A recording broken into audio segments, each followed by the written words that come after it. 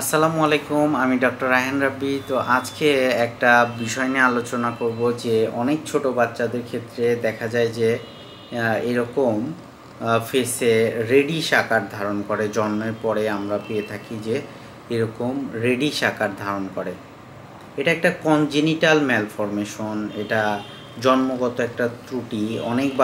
অনেক বাবা মাই অনেক বেশি ঘাবড়ায় যায় যে বাচ্চা জন্মের পর আমরা দেখতেছি যে ফেসে এরকম একটা রেডিশ আকার ধারণ করে।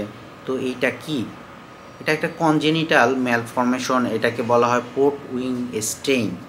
হ্যাঁ, তো এই রোগের ক্ষেত্রে দেখা যায় যে 10 থেকে 20% যেসব বাচ্চার এরকম থাকে তাদের মেন্টাল ডিসএবিলিটিও থাকে। এরকম কোনো সমস্যার সম্মুখীন হলে তাদেরকে একটা চিকিৎসার মধ্যে আনতে হবে। এটা একটা কনজেনিটাল ম্যালফরমেশন।